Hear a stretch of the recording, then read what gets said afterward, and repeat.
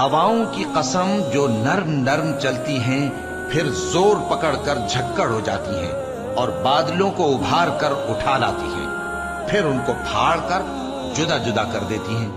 پھر فرشتوں کی قسم جو وحی لاتے ہیں تاکہ عذر دور کر دیا جائے یا ڈر سنا دیا جائے کہ جس فیصلے کا تم سے وعدہ کیا جاتا ہے وہ ہو کر رہے گا، جب تاروں کی چمک جاتی رہے اور جب آسمان میں شگاف پڑ جائیں اور جب پہاڑ ریزہ ریزہ کر کے اڑا دیے جائیں اور جب پیغمبروں کے لیے وقت مقرر کر دیا جائے۔ بھلا ان کاموں میں تاخیر کس لیے کی گئی؟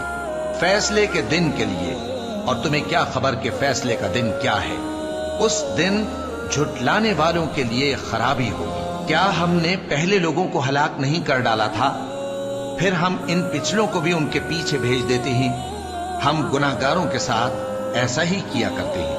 اس دن جھٹلانے والوں کی خرابی ہوگی۔